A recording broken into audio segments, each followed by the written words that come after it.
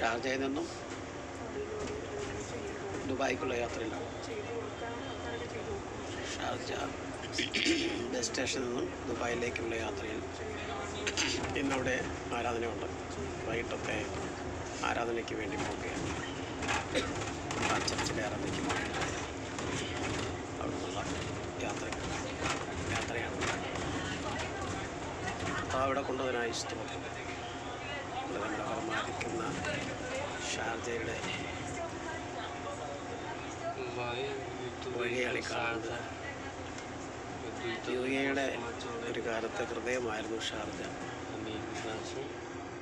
അങ്ങനെ യാത്ര തിരിച്ചിരിക്കുകയാണ്. ഞാൻ തനിച്ചാണ് യാത്ര.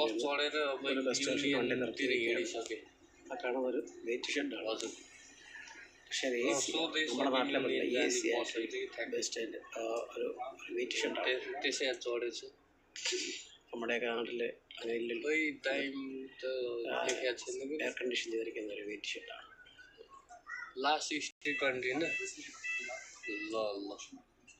ഇപ്പോൾ അവിടുന്ന് വണ്ടി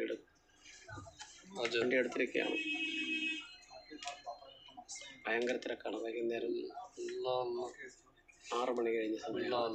ഇപ്പോൾ കേരളത്തിൻ്റെ 7:30 കാണും. ഇവിടെ ഇപ്പോൾ 6 മണി കഴിഞ്ഞതേ ഉള്ളൂ.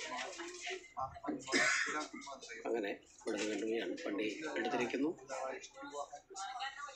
വളരെ മനോഹരമായിരിക്കുന്നു സിറ്റിയാണ്.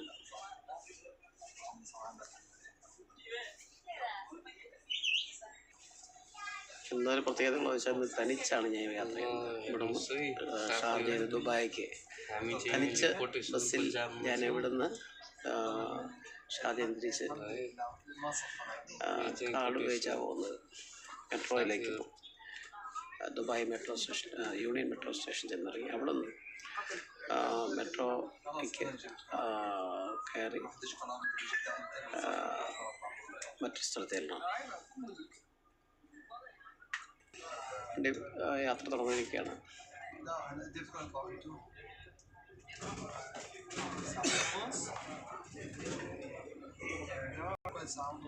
രണ്ട് നിലയുള്ളൊരു ബസ്സിൻ്റെ മുകളിലാണ് ഇരിക്കുന്നത്. എൻ്റെ ഫ്രണ്ട് സീറ്റ് തന്നെ മുകളിൽ ഏറ്റവും മുകളിൽ 2ാം നില മണ്ടയിൽ ഇരിക്കുക. ഒത്തിരി ഫീൽ ചെയ്തു. കാരണം തനിച്ച് ആദ്യമായിട്ടാണ്. കഴിഞ്ഞ ഞായറാഴ്ച ഞാൻ തനിച്ച് യാത്ര ചെയ്തു. തിരിച്ചുള്ള യാത്ര വളരെ സമകരമാണ്. സമാധാനം വെച്ചാൽ വളരെ ബുദ്ധിമുട്ടാണ്. എങ്കിലും യാത്ര ചെയ്യുന്നു.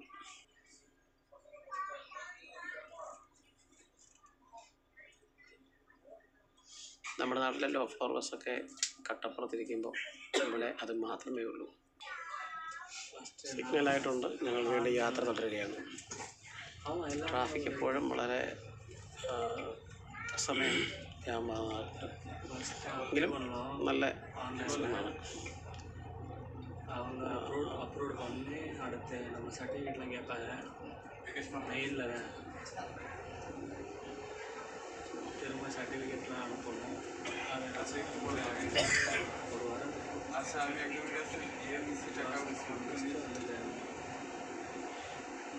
আপনি আমার কথা কি শোনেন?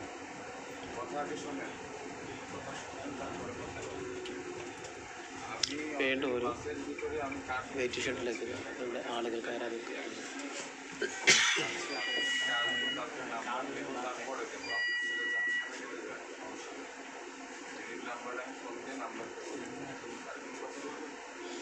ഇവിടുത്തെ ആശുപത്രികൾക്ക് പ്രത്യേകത എന്ന് പറഞ്ഞു കഴിഞ്ഞാൽ വലിയ ബഹളോ ആരവാരമൊന്നുമില്ല.